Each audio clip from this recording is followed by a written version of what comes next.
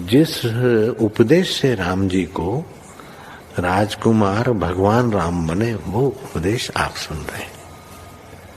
कितना ऊंचा ग्रंथ है। इसको वाल्मीकि रामायण भी बोलते, योग वशिष्ठ महारामायण भी बोलते। राम तीर्थ ने इसी का बार बार अध्ययन किया था। ये आप भी शांत हो जाएंगे परमात्मा में, और दूसरों को भी शांति देने की क्षमता देने वाला ये सदग्रंथ है। इसको वेदांत का सिद्धांत ग्रंथ बोलते हैं। दूसरे होते प्रक्रिया ग्रंथ। ये करके फिर कब वो आचार्य बनो तब समझो, ये तो थोड़ा पढ़ो और फिर वही सिद्धांत की बात। तो बार बार योग वशिष्ठ महारामायण विचारने योग। ओम श्री सद्गुरु परमात्मा नमः। श्री वशिष्ठ जी बोले, ही राम जी, ग्रहण, त्याग, चलना, बैठना इत्यादि जो कुछ कर्म है, उन्हें देह रूपी यंत्र और वायु रूपी रस्सी से अहंकार रूपी यंत्र ही चलाता है। आत्मा सदा निर्लेप, सबका अधिष्ठान और कारण कार्य भाव से रहित है। जैसे वृक्ष की ऊंचाई का कारण यह आकाश निर्लेप है, वैसे ही आत्मा सर्वचेष्टा का कारण, अधिष्ठान और निर्लेप है। जैसे आकाश और पृथ्वी का संबंध नहीं, तैसे ही आत्मा और अहंकार का संबंध नहीं। चित्त को जो आप जानते हैं, वे महामूर्ख हैं। आत्मा प्रकाश रूप, नित्य और सर्वज्ञ, सर्वगत विभु है। चित्त मूर्ख, जड़ और आवरण करता है। हे राम जी, आत्मा सर्वज्ञ और चैतन्य रूप है, पर चित्त मूढ़ और पत्थर सा जड़ है। इसको दूर करो। इसका और तुम्हारा कुछ संबंध नहीं। तुम इस मोह को त्यागो। देह रूपी शून्य ग्रह में चित्त रूपी बैताल का निवास है। जिसको वह अपने वश करता है, उसको बांधव नहीं छुड़ा सकते और शास्त्र भी नहीं छुड़ा सकते। जिसका देहाभिमान क्षीण हो गया है, उसको गुरु और शास्त्र ही छुड़ा सकते हैं। जैसे थोड़े कीचड़ से हिरण को निकाल लेते हैं, वैसे ही गुरु और शास्त्रों से निकाल लेते हैं। ओम श्री सद्गुरु परमात्मने नमः। श्री वशिष्ठ जी बोले, ही राम जी, जैसे समुद्र में तरंग है, तो स्वरूप से जल और तरंगों का भेद कुछ नहीं, पर जिसको जल का ज्ञान नहीं, वह जल से अलग तरंग ही जानता है। इससे भेद संवित में है। वैसे ही स्वरूप में सत असत तुल्य है। वास्तव में कुछ भेद नहीं, केवल शांत रूप आत्मा है। शब्द का अर्थ संवेदन में है। शब्द अर्थात नाम और अर्थ यानी नामी, ये संवेदन यानी स्फुरण में है। जब संवेदन नष्ट हो जाएगा, तब सब अर्थ भी आत्मा ही भासित होगा। जगत की सत्ता तब तक है जब तक आत्मा का प्रमाद है, और प्रमाद तब तक है जब तक अहम भाव है। जब अहम भाव नष्ट होगा, तब केवल आत्मा शेष रहेगा। आत्मा शुद्ध, विद्या अविद्या के कार्य से रहित और कभी अविद्या या माया को स्पर्श नहीं करता। हे राम जी, अविद्या की दो शक्तियां हैं, एक आवरण और दूसरी विक्षेप। आत्मा के न जानने का नाम आवरण है और कुछ जानने को विक्षेप कहते हैं। वह आत्मा सदा ज्ञान रूप है, उसको आवरण कभी नहीं होता। ओम श्री सद्गुरु परमात्मने नमः। श्री वशिष्ठ जी बोले, हे राम जी, जितने देह रूपी शून्य मंदिर हैं, उन सब में अहंकार रूपी पिशाच रहता है। कोई देह रूपी ग्रह अहंकार पिशाच से खाली नहीं है। उस पर भय सवार है। जैसे पिशाच अपवित्र स्थान में रहता है, पवित्र स्थान में नहीं, वैसे ही जहाँ संतोष, विचार, अभ्यास, सत्संग से रहित देह है, उस स्थान में अहंकार निवास करता है। जहाँ संतोष, विचार, अभ्यास और सत्संग होता है, वहाँ से वह मिट जाता है। जितने शरीर रूपी स्मशान हैं, वे चित्त रूपी वैताल से पूर्ण हैं। अपरिमित मोह रूपी वैताल के वश जीव जगत रूपी महावन में मोह को प्राप्त होते हैं। जैसे बालक मोह के वश होता और डरता है। हे राम जी, तुम आप अपना उद्धार करो और सत्य विचार करके धैर्य धरो। इस जगत रूपी पुरातन वन में जीव रूपी मृग विचरते हैं और भोग रूपी तृण चरते हैं, पर वे भोग रूपी तृण देखने में तो सुंदर लगते हैं, परंतु उनके नीचे गड्ढा है। जैसे हरियाली और तृण से ढका हुआ गड्ढा देख मृग के बालक घास चरने लगते हैं और गड्ढे में गिर पड़ते हैं, वैसे ही जीव रूपी मृग भोगों को रमणीय जानकर भोगने लगते हैं और उनकी तृष्णा से नरक आदि में गिरते और दुख की अग्नि में जलते हैं। श्री योग वशिष्ठ महारामायण। श्री वशिष्ठ जी बोले, हे रामचंद्र जी, मनुष्य जिस प्रकार भूमिका को प्राप्त होता है उसका क्रम सुनो। प्रथम जन्म से पुरुष को कुछ बोध होता है और फिर क्रम से बड़ा होकर संतों की संगति करता है। सदा दृश्य रूप जो संसार का प्रवाह है, उसके तरने को सच शास्त्र और संतजनों की संगति बिना समर्थ नहीं होता। जब संतों का संग और सच शास्त्रों का विचार करने लगता है, तब उसको ग्रहण और त्याग की बुद्धि उपजती है कि यह कर्तव्य है और यह त्यागने योग्य है। इसका नाम शुभेच्छा है। जब यह इच्छा हुई, तब शास्त्र द्वारा यह विचार उपजता है कि यह शुभ है और यह अशुभ है। शुभ का ग्रहण करना और अशुभ का त्याग करना और यथाशास्त्र विचारना, इसका नाम विचार है। जब सम्यक विचार दृढ़ होता है, तब मिथ्यारूप संसार की वासना त्यागता है और सत्य में स्थित होता है। इसका नाम तनुमानसा है। जब संसार की वासना क्षीण होती है और सत्य का दृढ़ अभ्यास होता है, तब उस वैराग्य और अभ्यास से सम्यक ज्ञान उपजता है और आत्मा का साक्षात्कार होता है। उसका नाम सत्वापत्ति है। वासना नष्ट होके सिद्धि आदि पदार्थ प्राप्त होते हैं। इनकी प्राप्ति में भी संसक्त नहीं होता, स्वरूप में सदा सावधान रहता है। सिद्ध्यादिक पदार्थ प्रारब्ध से प्राप्त होते हैं। उनको स्वरूप जान कर्मों के फल में बंधनवान नहीं होता। इसका नाम असंसक्त है। इसके अनंतर जब मन की तनुता हो गई है और स्वरूप की ओर चित्त का परिणाम हुआ, तब दृढ़ परिणाम से व्यवहार का भी अभाव हो जाता है।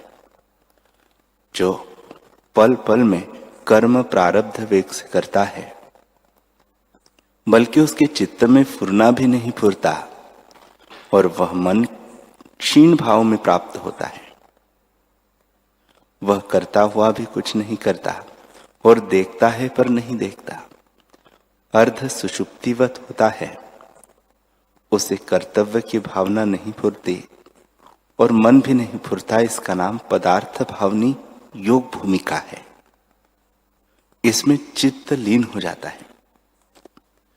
इस अवस्था में जब स्वाभाविक चित्त का कुछ काल अभ्यास में व्यतीत होता है और भीतर से सब पदार्थों का अभाव दृढ़ हो जाता है, तब तुर्यारूप होता है और जीवन मुक्त कहता है। तब वह इष्ट को पाके हर्षवान नहीं होता और उसकी निवृत्ति में शोकवान नहीं होता। केवल विगत संदेह हो उत्तम पद को प्राप्त होता है। हे रामचंद्र जी, तुम भी अब ज्ञात ज्ञेय हुए हो। जो कुछ जानने योग्य है सो तुमने ज्यों का त्यों जाना है, और अब तुम्हारी पदार्थों की भावना तनुता को प्राप्त हुई है। अब तुम्हारे साथ शरीर रहे अथवा न रहे, तुम हर्ष शोक से रहित निरामय आत्मा हो और स्वच्छ आत्म तत्व में स्थित सर्वगत सदा उदित रूप, जन्म मरण जरा सुख दुख से रहित आत्म दृष्टि से अबोध रूप शोक से रहित हो और अद्वैत रूप अपने आप में स्थित हो। देह उदय भी होता है और लीन भी हो जाता है, पर देश काल वस्तु के भेद से रहित जो आत्मा है वह उदय और अस्त कैसे हो। हे रामचंद्र जी, तुम अविनाशी हो, आपको नाशरूप जानकर शोक काहे को करते हो। तुम अमृत सम स्वच्छ रूप, जैसे घट के फूटने से घटाकाश नष्ट नहीं होता, तैसे ही शरीर के नाश होने से तुम नष्ट नहीं होते। जैसे सूर्य की किरणों के जाने से मृत तृष्णा के जल का नाश हो जाता है, किरणों का नाश नहीं होता। हे रामचंद्र जी, जो कुछ जगतगत पदार्थ भासते हैं सो असत्य रूप है और उनकी वासना भ्रांति से होती है, पर तुम तो अद्वैत रूप हो और यह सब तुम्हारी छाया मात्र है। तुम किसकी वांछा करते हो। शब्द स्पर्श रूप रस गंध, ये जो पांचों विषय रूप दृश्य है सो तुमसे रंचक मात्र भी भिन्न नहीं, सब तुम्हारा स्वरूप है। तुम भ्रम मत करो। हे रामचंद्र जी, आत्मा सर्वशक्ति है, वही आभास करके अनेक रूप भासता है। जैसे आकाश में शून्यता शक्ति आकाश से भिन्न नहीं, तैसे ही आत्मा में सर्वशक्ति है। जो जगत द्वैत रूप होकर भासता है वही चित्त से दृढ़ हुआ है।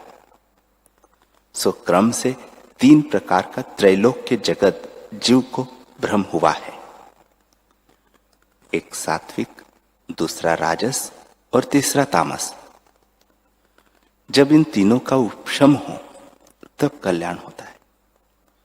जब वासना क्षय हो तब उसके कर्म भी क्षय हो जाते हैं, उससे भी भ्रम का नाश हो जाता है। चित्त के संसरने का नाम वासना है। कर्म संसार माया मात्र है, उनके नष्ट हुए सब शांत हो जाते हैं। हे रामचंद्र जी, यह संसार घटी यंत्र की नाई है और जीव वासना से बंधे हुए भ्रमते हैं। तुम आत्मविचार रूपी शस्त्र से यत्न करके इसको काटो। जब तक अविद्या को जीव नहीं जानता तब तक यह बड़े मोह और भ्रम को दिखाती है, और जब इसको जानता है तब बड़े सुख को प्राप्त करता है।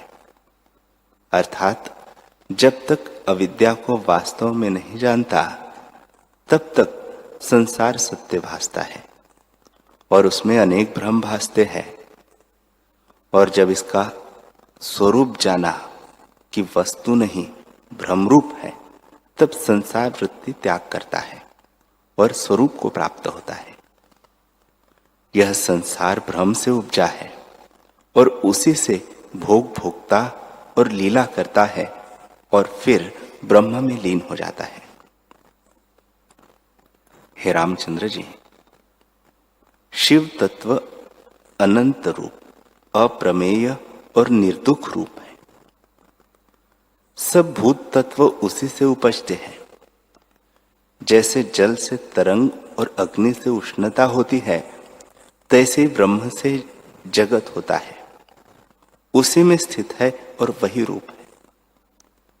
सबका आत्मा है और वही आत्मा ब्रह्म कहता है। उसके जानने से जगत को जानता है, पर तीनों लोकों को जानने से उसको नहीं जानता। वह जो अव्यक्त और निर्वाण रूप है उसके जानने के निमित्त शास्त्रकारों ने ब्रह्म आत्मादिक नाम कल्पे हैं। वास्तव में कोई नाम नहीं। हे रामचंद्र जी, वह पुरुष राग द्वेष से रहित है और इंद्रियों के विषयों के संयोग वियोग में द्वेष को नहीं प्राप्त होता। वह तो एक चेतन, शुद्ध, संविद, अनुभव रूप, अविनाशी और आकाश से भी स्वच्छ निर्मल है। उसमें जगत ऐसे स्थित है जैसे दर्पण में प्रतिबिंब अंतर्बाह्य रूप होकर स्थित है। उसमें द्वैत रूप कुछ भी नहीं। हे रामचंद्र जी, देह से रहित निर्विकल्प चेतन तुम्हारा आकार है। लज्जा, मोह आदि विकार तुमको कहा है। तुम आदि रूप हो और लज्जा, हर्ष, भय आदि असत्य रूप है। तुम क्यों निर्बुद्धि यानी मूर्ख की नहीं विकल्प जाल को प्राप्त होते हो? तुम चेतन आत्मा अखंड रूप हो। देह के खंडित हुए आत्मा का अभाव नहीं होता। असम्यक दर्शी भी ऐसा मानते हैं तो बोधवानों का क्या कहना है? हे रामचंद्र जी, जो चित्त संवेदन है उसको अनुभव करने वाली सत्ता सूर्य के मार्ग में भी नहीं रोकी जाती है। उसी को तुम चित्त सत्ता जानो। वही पुरुष है, शरीर पुरुष नहीं। हे रामचंद्र जी, शरीर सत्य हो अथवा असत्य, पर पुरुष तो शरीर नहीं। देह के रहने और नष्ट होने से आत्मा ज्यों का त्यों ही है। ये जो सुख दुख ग्रहण करते हैं वे देह इंद्रियादिक चिदात्मा को नहीं ग्रहण करते। जिन पुरुषों को अज्ञान से देह में अभिमान हुआ है उनको सुख दुख का अभिमान होता है, ज्ञानवान को नहीं होता। आत्मा को दुख स्पर्श नहीं करता। वह तो सब विकारों से रहित, मन के मार्ग से अतीत शून्य की नाई स्थित है। उसको सुख दुख कैसे हो? और देह मिला हुआ जो भासता है सो स्वरूप को त्याग कर दृश्य के चेतने से देहादिक भ्रम भासते हैं और वासना के अनुसार देह से संबंध होता है। जैसे भ्रमर और कमलों का संयोग होता है। देह पिंजर नाश होने से आत्मा का नाश तो नहीं होता। जैसे कमल के नाश होने से भ्रमर का नाश नहीं होता। इससे तुम क्यों वृथा शोक करते हो?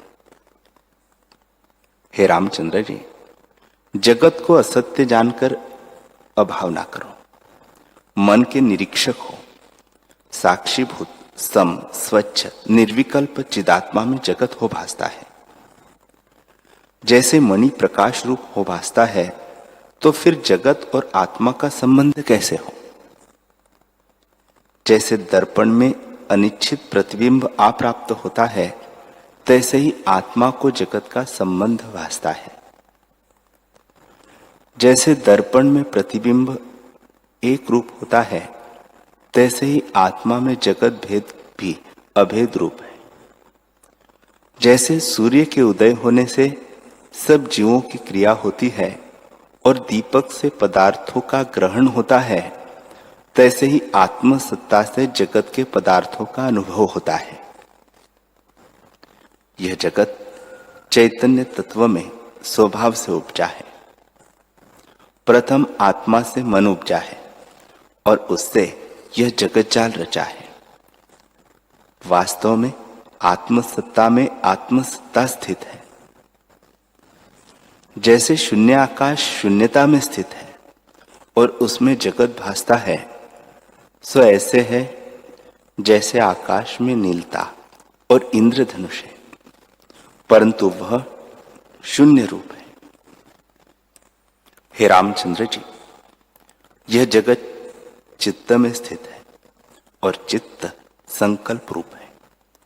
जब संकल्प क्षय होता है तब चित्त नष्ट हो जाता है और जब चित्त नष्ट हुआ तब संसार रूपी कुहरा नष्ट हो जाता है और निर्मल शरत काल के आकाशवत आत्म सत्ता प्रकाशती है।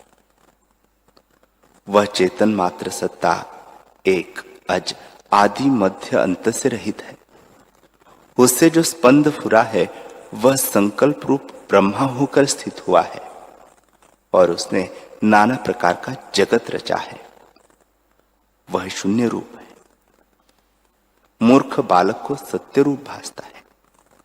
जैसे बालक को परछाई में वैताल भासता है और जीवों को अज्ञान से देहाभिमान होता है, तैसे ही असत्य रूप ही सत्य रूप होकर भासित होता है।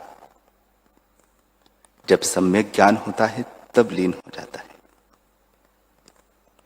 जैसे समुद्र से तरंग उपजकर समुद्र में ही लीन होते हैं, तैसे ही आत्मा में जगत उपजकर आत्मा में लीन होता है। श्री परमात्मा ने नमः। चतुर्थ स्थिति प्रकरण प्रारंभ। श्री वशिष्ठ जी बोले, हे रामचंद्र जी, अब स्थिति प्रकरण सुनिए, जिसके सुनने से जगत निर्वाणता को प्राप्त हो। कैसा जगत है कि जिसके आदि अहंता है। ऐसा जो दृश्य रूप जगत है सो भ्रांति मात्र है। जैसे आकाश में नाना प्रकार के रंगों सहित इंद्रधनुष असत रूप है, तैसे यह जगत है। जैसे दृष्टा बिना अनुभव होता है और निद्रा बिना स्वप्न और भविष्य नगर भासता है, तैसे ही भ्रम से चित्त में जगत स्थित हुआ है। जैसे वानर रेत इकट्ठी करके अग्नि की कल्पना करते हैं, पर उससे शीत निवृत्त नहीं होती, भावना मात्र अग्नि होती है, तैसे यह जगत भावना मात्र है। जैसे आकाश में रत्नमणि का प्रकाश और गंधर्व नगर भासता है, और जैसे मृग तृष्णा की नदी भासती है, तैसे ही यह असत रूप जगत भ्रम से सतरूप होकर भासता है। जैसे दृढ़ अनुभव से संकल्प भासता है, पर वह असत रूप है, और जैसे कथा के अर्थ चित्त में भासते हैं, तैसे ही निस्सार रूप जगत चित्त में सार रूप होकर भासता है। जैसे स्वप्न में पहाड़ और नदियां भास आती है, तैसे ही सब भूत बड़े भी भासते हैं, पर आकाशवत शून्य रूप है।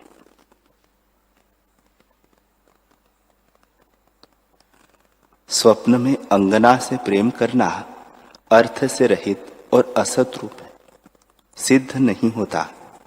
तैसे यह भी प्रत्यक्ष भासता है, परंतु वास्तव में कुछ नहीं, अर्थ से रहित है। जैसे चित्र की लिखी कमलिनी सुगंध से रहित होती है, तैसे यह जगत शून्य रूप है।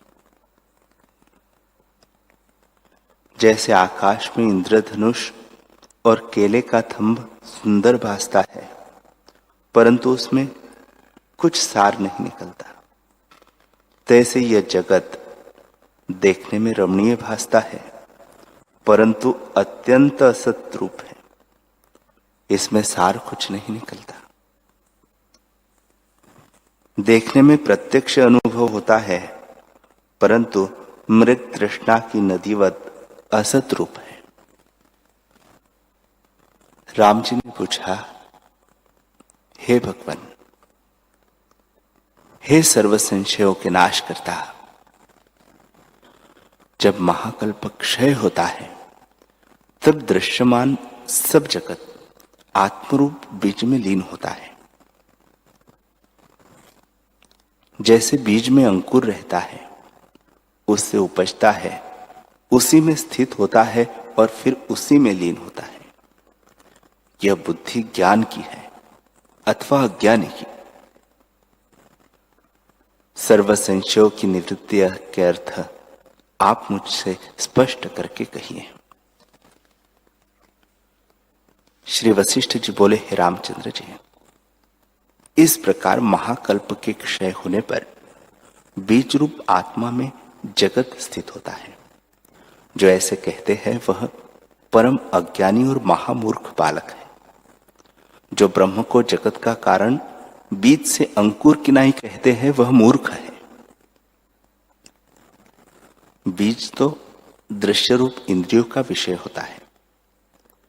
जैसे वट बीज से अंकुर होता है और फिर विस्तार पाता है, सो इंद्रियों का विषय है। और जो मन सहित क्षण इंद्रियों से अतीत है, अर्थात इंद्रियों का विषय नहीं, आकाश से भी अधिक निर्मल है, उसको जगत का बीज कैसे कहिए। जो आकाश से भी अधिक सूक्ष्म, परम उत्तम, अनुभव से उपलब्ध और नित्य प्राप्त है, और उसको बीज भावना कहना भी नहीं बनता। हे रामचंद्र जी, जो कि शांत, सूक्ष्म, सदा प्रकाश सत्ता है और जिसमें दृश्य जगत असत रूप है, उसको बीज रूप कैसे कहिए। और जब बीज रूप कहना नहीं बनता, तब उसे जगत कैसे कहिए। आकाश से भी अधिक सूक्ष्म निर्मल परम पद में सुमेरु, समुद्र, आकाश आदि जगत नहीं बनता। जो किंचन और अकिंचन है और निराकार सूक्ष्म सत्ता है, उसमें विद्यमान जगत कैसे हो। वह महासूक्ष्म रूप है और दृश्य उससे विरुद्ध रूप है। जैसे धूप में छाया नहीं, जैसे सूर्य में अंधकार नहीं, जैसे अग्नि में बर्फ नहीं और जैसे अणु में सुमेरु नहीं होता, तैसे ही आत्मा में जगत नहीं होता। सत्स्वरूप आत्मा में असत रूप जगत कैसे हो। वट का बीज साकार रूप होता है और निराकार रूप आत्मा में साकार रूप जगत होना अयुक्त है। हे रामचंद्र जी, कारण दो प्रकार का होता है, एक समवायिक कारण और दूसरा निमित्त कारण। आत्मा दोनों कारणों से रहित है। निमित्त कारण तब होता है जब कार्य से कर्ता भिन्न हो, पर आत्मा तो अद्वैत है। उसके निकट दूसरी वस्तु नहीं है। वह कर्ता कैसे हो और किसका हो। सहकारी भी नहीं जिससे कार्य करे। वह तो मन इंद्रियों से रहित निराकार अविकृत रूप है और समवायिक कारण भी परिणाम से होता है। जैसे वट बीज परिणाम से वृक्ष होता है, पर आत्मा तो अच्युत रूप है, परिणाम को कदाचित नहीं प्राप्त होता, तो समवायिक कारण कैसे हो। जायते अस्ति वर्धते विपरिणमते क्षीयन्ते नश्यति। इन षड विकारों से रहित निर्विकार आत्मा जगत का कारण कैसे हो। इससे यह जगत अकारण रूप भ्रांति से भासता है। जैसे आकाश में नीलता, सीप में रूपा, निद्रा दोष में स्वप्न दृष्टि आती है, तैसे ही यह जगत भ्रांति से भासता है।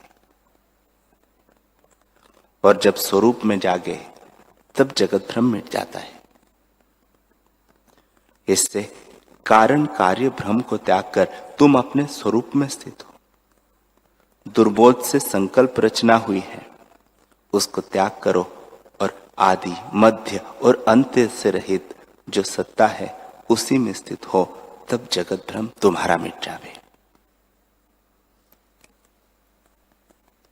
हरि ओम,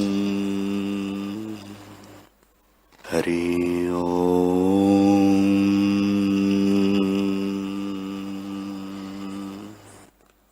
ओम सहना भवतु, सहनौ भुनक्तु, सह वीर्यं करवावहै, तेजस्विनावधीतमस्तु मा विद्विषावहै।